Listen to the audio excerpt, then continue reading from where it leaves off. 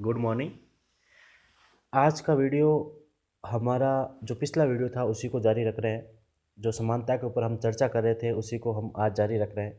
जब हमने पिछले वीडियो में समानता के ऊपर चर्चा की थी तो हमने कल्याण की समानता के बारे में चर्चा की थी कि कल्याण की समानता क्या होती है, वो किसके माध्यम से प्राप्त होती है, उसके बारे में हमने चर्चा की थी। आज का जो वीडियो हमारा होगा वो संसाधनों की समानता के ऊपर होगा कि संसाधनों की समानता किस प्रकार से स्थापित की जा सकती है या संसाधनों की समानता के लिए कौन से जो विचारक हैं वो किस प्रकार के अपने विचार रखते हैं, उसके ऊपर हम आज चर्चा करेंगे। तो जो संसाधनों की समानता होती है यानी कि इक्वलिटी ऑफ रिसोर्सेज, इसके बारे में हम चर्चा कर रहे हैं। जो ये दृष्टिकोण है इक्वलिटी ऑफ रिसोर्सेज का, जो इसके मुख्य समर्थक है वो है जॉन रॉल्स, रोनाल्ड डॉर्किन और एरिक रोकोवस्की। ये इसके मुख्य समर्थक हैं। इनके अनुसार आरंभिक स्थिति में व्यक्तियों के लिए संसाधनों का समान वितरण होना चाहिए। आरंभिक स्थिति में व्यक्तियों के लिए समान संसाधनों का समान वितरण होना चाहिए। तो हम बात करते हैं सबसे पहले डॉर्किन की। डॉर्किन के अनुसार वस्तुओं के वितरण की दो प्रक्रिया हो सकती है और दो प्रक्रिया होनी चाहिए। पहली क्या है, आकांक्षा या महत्वाकांक्षा के अनुसार, दूसरी है बीमा योजना के अनुसार। दो प्रक्रिया बता रहे हैं, आकांक्षा या महत्वाकांक्षा के अनुसार और दूसरी बीमा योजना के अनुसार। डॉर्किन जो विचार देते हैं वो एक काल्पनिक विचार देते हैं। वो संसाधनों के बंटवारे के लिए कहते हैं कि आप कल्पना करो एक नए द्वीप पे जा रहे हो। क्या कर रहे हो, आप एक नए द्वीप पे जा रहे हो। नया द्वीप यानी कि वहाँ किसी के पास कोई संपत्ति नहीं है, किसी के पास कोई संपत्ति नहीं है। उसके ऊपर सभी ये नया द्वीप है तो वहाँ क्या होगा, संसाधनों का बंटवारा होगा। जैसे कोई नया द्वीप है, वहाँ 100 लोग हैं तो क्या करेंगे आप, सबसे पहले उस द्वीप के ऊपर संसाधनों का बंटवारा करेंगे। तो डॉर्किन कहता है कि राज्य को ये करना चाहिए कि सभी व्यक्तियों को समान रूप से संसाधनों का बंटवारा कर देना चाहिए। जैसे 100 लोग हैं, उस पर यदि 100 बीघा ज़मीन है तो 100 बीघा को सभी लोगों को एक एक बीघा ज़मीन दे देना चाहिए। संसाधन बराबर वितरित हो जाएंगे।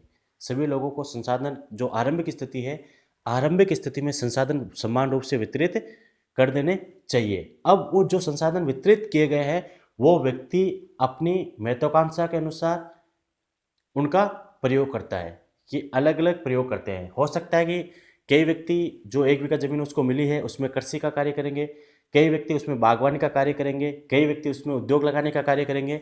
वो व्यक्ति के प्रयोग करने की क्षमता है या वो किस रूप में उसको प्रयोग करना चाहता है, ये उसकी इच्छा है। राज्य को उसकी इच्छा के ऊपर छोड़ देना चाहिए। राज्य को क्या करना चाहिए, शुरुआत में आरंभिक स्थिति में राज्य को क्या करना चाहिए, संसाधनों का बराबर बंटवारा करके व्यक्ति को फ्री छोड़ देना चाहिए। अब वो उसका प्रयोग करने के लिए स्वतंत्र है कि वो उसके लिए बागवानी का प्रयोग करना चाहता है या उद्योग के रूप में प्रयोग करना चाहता है या कृषि के लिए उसका प्रयोग करना चाहता है, यह उसकी स्वतंत्रता है।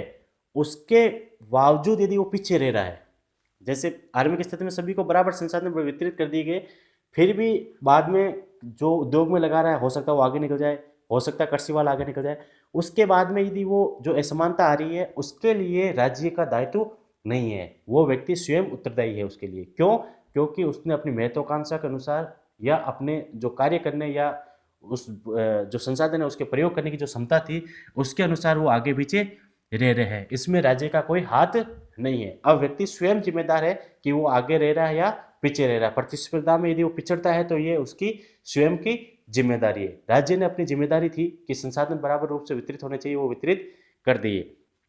फिर भी डॉर्किन एक और वो करता है, बात करता है कि समाज को प्राकृतिक जो असमानता होती है, राज्य को क्या करना चाहिए, जो प्राकृतिक असमानता होती है उसको थोड़ा ध्यान में रखना चाहिए। प्राकृतिक असमानता मतलब वो ये कहता है कि यदि समाज में कोई अपंग व्यक्ति है, जो दिव्यांग व्यक्ति है, उसको जो संसाधन है ज़्यादा वितरित करने चाहिए।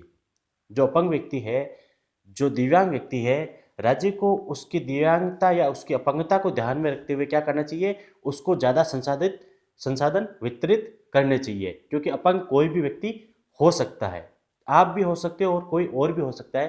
तो यदि कोई अपंग व्यक्ति है तो राज्य को उसके लिए ज़्यादा दायित्व का निर्वहन करना चाहिए और उसको ज़्यादा संसाधन देने चाहिए, जिससे कि वो समाज में या राज्य में अपनी स्थिति को बनाए रख सके। जो ये योजना है उसकी, इसको बीमा योजना कहते हैं। इसको क्या कहते हैं? बीमा योजना कहते हैं, क्योंकि जो अपंग व्यक्ति है उसका क्या कर रहा है, वो बीमा कर रहा है, उसको एक्स्ट्रा संसाधन दे रहा है, ज़्यादा संसाधन दे रहा है। बाकियों को एक एक बीघा जमीन दी है राज्य ने, और वो क्या कर रहा है, जो अपंग व्यक्ति है उसको ज़्यादा संसाधन देने की बात कर रहा है। क्यों? क्योंकि वो शारीरिक रूप से क्या है, अपंग है, वो प्राकृतिक रूप से क्या है, अपंग है। उसकी अपंगता की वजह से या उसकी दिव्यांगता की वजह से उसको राज्य को क्या करना चाहिए, ज़्यादा संसाधनों का वितरण करना चाहिए, जिससे कि वो राज्य में अपनी स्थिति को बनाए रख सके। जो ये योजना है, इसी योजना को क्या कहते हैं, बीमा योजना कहते हैं। तो ड्वार्किन क्या कर रहा है कि वो सामाजिक या आर्थिक आधार पर कोई समानता असमानता नहीं कर रहा है। वो क्या करता है कि जो प्राकृतिक असमानता है उसको दूर करने के लिए क्या करता है कि प्राकृतिक असमानता को दूर करने के लिए वो क्या, राज्य को क्या कहता है, उनको जो प्राकृतिक रूप से जो अपंग व्यक्ति है उनको क्या कर रहा है, संसाधन ज़्यादा दे रहा है। क्या कर रहा है, उनको संसाधन ज़्यादा देने की बात कर रहा है, जिससे कि वो समाज में अपनी स्थिति को बनाए रख सके। तो ड्वार्किन की बात आएगी तो वो क्या कर रहा है, प्राकृतिक जो असमानता है उसको ध्यान में रखते हुए संसाधनों के वितरण की बात कर रहा है। अब बात करते हैं जॉन रॉल्स की। तो जॉन रॉल्स प्राकृतिक जो अपंग व्यक्ति है उनके हितों की कोई बात नहीं करता, उनकी रक्षा की कोई बात नहीं करता। वो बात करता है आर्थिक और सामाजिक रूप में जो पिछड़े हुए व्यक्ति उनकी बात करता है। वो कहता है कि यदि समाज में कोई आर्थिक या सामाजिक रूप से कोई पिछड़ा व्यक्ति है तो उसके उत्थान के लिए राज्य को कार्य करना चाहिए। वो ये कहता है कि जो प्रतिभाशाली व्यक्ति होते हैं, जो प्रतिभाशाली व्यक्ति होते हैं उनकी संपत्ति का प्रयोग राज्य को, जो आर्थिक और सामाजिक रूप से पिछड़े हुए व्यक्ति हैं उनके कल्याण के लिए करना चाहिए। राज्य को क्या करना चाहिए, रोल्स क्या कह रहा है कि समाज में जो सामाजिक और आर्थिक रूप से जो पिछड़े हुए व्यक्ति हैं उनके उत्थान के लिए राज्य को कार्य करना चाहिए। कैसे करेगा राज्य कार्य? जो सक्षम व्यक्ति है, जो प्रतिभाशाली व्यक्ति है, जो उनके संसाधन हैं, उन संसाधनों का प्रयोग जो सामाजिक और आर्थिक रूप से पिछड़े व्यक्ति हैं उनके कल्याण के लिए राज्य को करना चाहिए। रोल्स के अनुसार समानता का मूल अभिप्राय अवसर की समानता है। उनके अनुसार समानता समाज से विभेदों को पूर्ण रूप से समाप्त करना नहीं, बल्कि उन विभेदों को बनाए रखना है जिससे समाज के वंचित वर्गों का कल्याण हो। यानी कि रोल्स ये कह रहा है कि समाज में जो समानता की बात की जाती है पूर्ण रूप से समानता लेके नहीं आनी है, हमें वो असमानता बनाए रखनी है जो जो सामाजिक आर्थिक रूप से जो पिछड़े व्यक्ति हैं उनके कल्याण के लिए की जा सके। इन विभेदों को पूर्णतः समाप्त किया जाना चाहिए जिससे वंचित वर्ग की स्थिति बेहतर हो। यानी कि जो वंचित वर्ग है उनकी स्थिति कहीं बेहतर होती हो तो उन असमानता को समाप्त कर देना चाहिए। यह वंचित वर्ग की ही बात ज़्यादा कर रहा है, जिससे वंचित वर्ग की स्थिति बेहतर हो। व्यवहारिक रूप में रोल्स कल्याणकारी राज्य के द्वारा और प्रगतिशील करारोपण के माध्यम से समाज के वंचितों को उत्थान करते हैं।